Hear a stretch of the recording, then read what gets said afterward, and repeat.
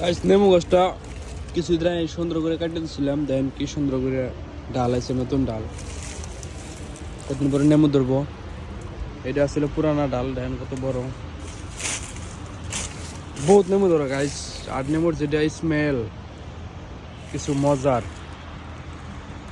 তো ভাবি কিছু অল্প গোবর দিয়ে দেয় এটার গোড়ায়, গোবর দিলে আরো গ্রো হবো, বেশি করে সার পাবো।